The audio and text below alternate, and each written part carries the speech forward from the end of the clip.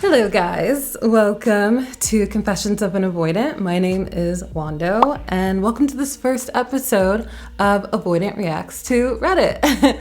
And I love Reddit. It's perfect for this channel I have here where I talk about attachment from the lens of someone who is avoidant.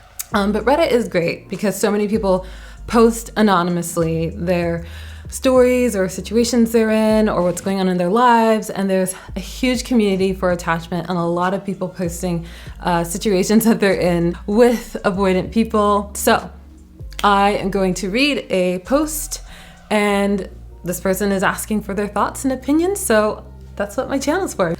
Okay, so the post reads, just gonna look at my computer here. Hi, I just learned about Limerence and I'm a little confused. I thought Limerence was the crush stage, basically. Isn't it what happens in the beginning of every relationship? What are your thoughts / understanding? I also wanted to ask how this can manifest specifically in the context of dismissive avoidance. I have an ex who I think is DA, but who almost acts, I think they meant acted, who almost acted anxious, leaning secure in the earlier stages, but then flipped to a very classic DA a couple of months in. I guess now I'm seeing what I was calling anxious, leaning secure behavior, which sounds like Limerence, rather than that. Is this common? Okay, so this letter has a number of layers to it. I first want to say that avoidance and limerence is very common. However, I think this post needs a little bit of a definition or explanation of what limerence is, and I feel like there's so many different definitions, but here are a couple of my favorite definitions / explanations. One comes from psychosexual therapist Kate McKenzie. She describes limerence as, limerence is a state of infatuation or obsession with another person that involves an all-consuming passion and intrusive thoughts. And then dictionary.com, the good old dictionary, the state of being obsessively infatuated with someone, usually accompanied by delusions of a desire for an intense romantic relationship with that other person. So I love both of these definitions because they both explain how maladaptive limerence is, meaning you're having these emotionally unhealthy behaviors like obsession, intrusive thoughts, delusions, and it's often happening with someone that you're not actually with. A lot of people tend to have limerence for someone that they want to be with but they're not with, or an acquaintance that they know that they have a crush on, and they're obsessing about them all the time with this fantasy that they'll be with them. So to go back to what the poster wrote, this isn't something that happens in the beginning of every relationship, because in the beginning of a relationship, things are reciprocal. So if your partner is texting you all the time and constantly trying to make plans with you and they seem really into you, that's because they're just really into you and you guys have a connection. Whereas limerence is often obsessing about someone that you're not with. Okay, so the poster went on to write, what are your thoughts / understanding? I also wanted to ask how this can manifest specifically in the context of dismissive avoidance. And then the poster went on to write about how they have an ex who was dismissive, but in the beginning acted quite secure, almost anxious even. So contrary to what people believe about avoidance and love avoidance, as some people say, we do crave connection. We do want romance. We do want to be loved. Our problem is that we are hyper vigilant to putting ourselves in situations where we can get hurt or disappointed or rejected. And so we don't take action to go out and get those things. Or when we have them, we have these defense mechanisms that kind of pushes people away or we isolate ourselves. And so this makes avoidance very susceptible to limerence, because what is the easiest way to get connection and romance and love without having to actually take action to go out and get it from a real, actual human being? It's by escaping into your fantasies, escaping into magical thinking, and escaping into your thoughts. So I'm going to elaborate a little bit more on this, but I first want to touch on what this person was describing was happening in the beginning of their relationship, which is they were saying that it seems like almost like their DA was a little bit more anxiously attached or secure. And I wanted to explain why this happens and why so many people can be caught off guard when they date avoidant people, and then all of a sudden they notice as time goes on, we are like not quite as, we're not quite as proactive about pursuing someone a few months down the line. So as avoidant people, we crave our independence, we crave our alone time, we feel safest when we're by ourselves, we tend to isolate ourselves. And what happens with a relationship is, as a relationship progresses, as your connection escalates with someone, so does the amount of responsibility and accountability you have for that other person and for the relationship. Whereas in the beginning of the relationship, it's just all about dating and meeting someone new, and there's this excitement of, I've been isolating myself for so long and I never meet people and I never go on dates, which is what happens with a lot of avoidance. And then you finally meet someone and you're really excited about them, and we can be so almost anxious in the beginning because we avoidants tend to have this story that we tell ourselves, which is that there's not anyone out there for us, that we don't connect with a lot of people, that a lot of people don't get us.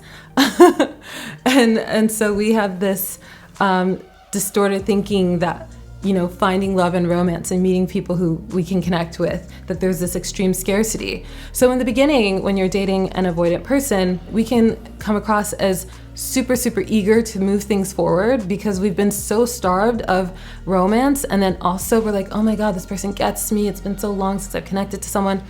And it's fun to go on dates and go bowling on your second date, and then go on a walk on your third date, and then go to the aquarium, and then, take a little mini road trip or something. But as it escalates, so does the reality of like, oh, I have to plan my weekend around this person, but I'm used to using my entire Saturday to work out and work on my side hustle. Or this person always wants to meet they want to meet every night of the week, and I'm used to using certain nights of my week for certain activities, playing water polo or tennis, and I feel like I'm having to compromise my time more. I'm feeling like I have to collaborate with someone else more and more and more so that we can fit each other into each other's lives. And for us avoidants, collaborating and compromising, these things can feel really exhausting. That responsibility and accountability that comes along with the relationship can be inconvenient for us because we like to isolate ourselves so much, and because we like to just do everything on our terms and not have to take into account what someone else needs and according to their terms. So that's why as the relationship escalates with an avoidant person, it can seem like they went from being this secure, almost anxious person in the beginning that was like so excited about you and so like eager to like keep seeing you. And then as it escalates, there's some distance that's created and space that's needed.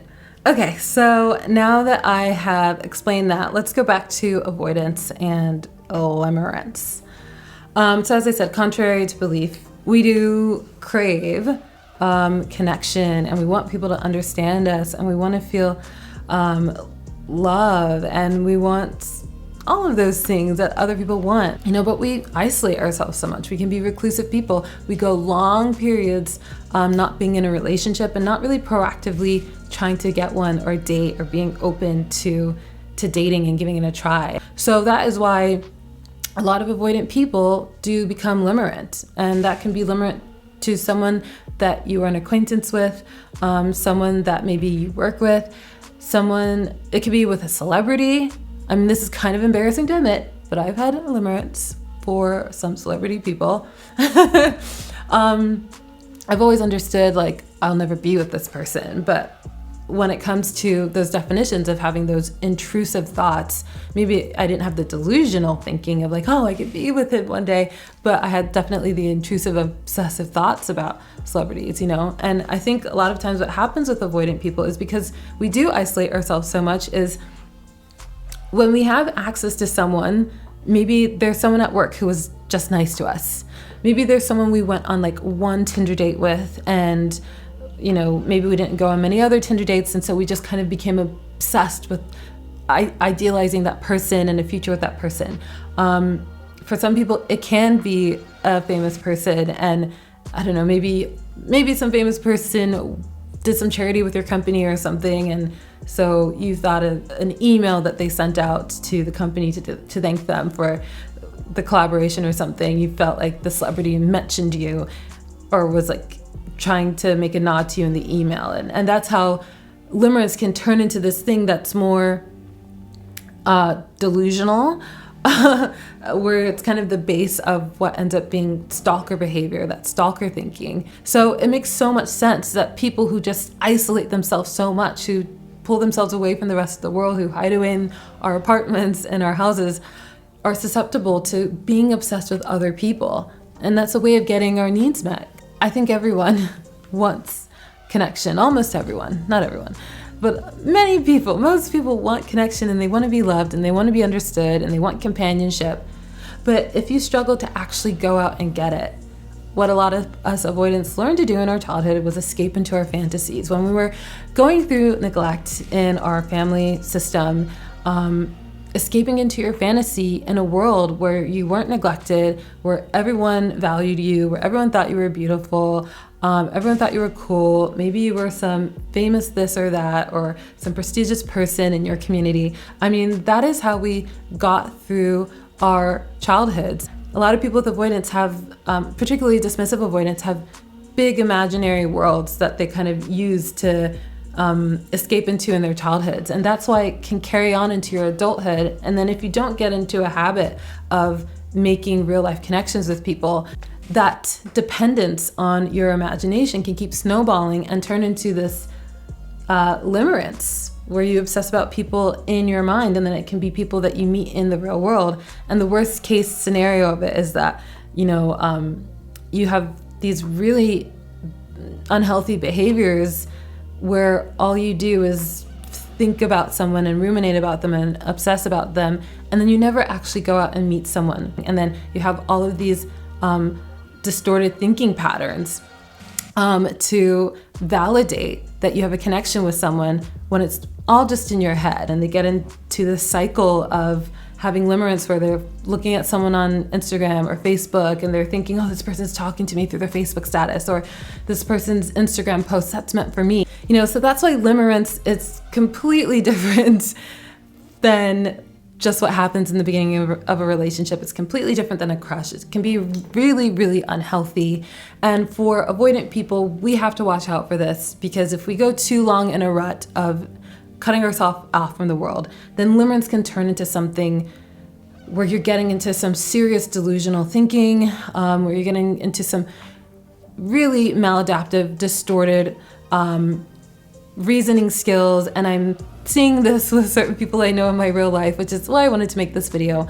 But long story short, I hope that kind of sheds a light on how limerence can manifest with avoidant people. And for this person that made this post, I think their partner just really liked them in the beginning of the relationship a lot, and they were just making a lot of effort, and it wasn't limerence. So I hope that explains that, and I hope you like this video, and that's going to be the end of that. Let me know in the comments if you have any suggestions for any other videos, and yeah, I'll see you in the next video. Thank you.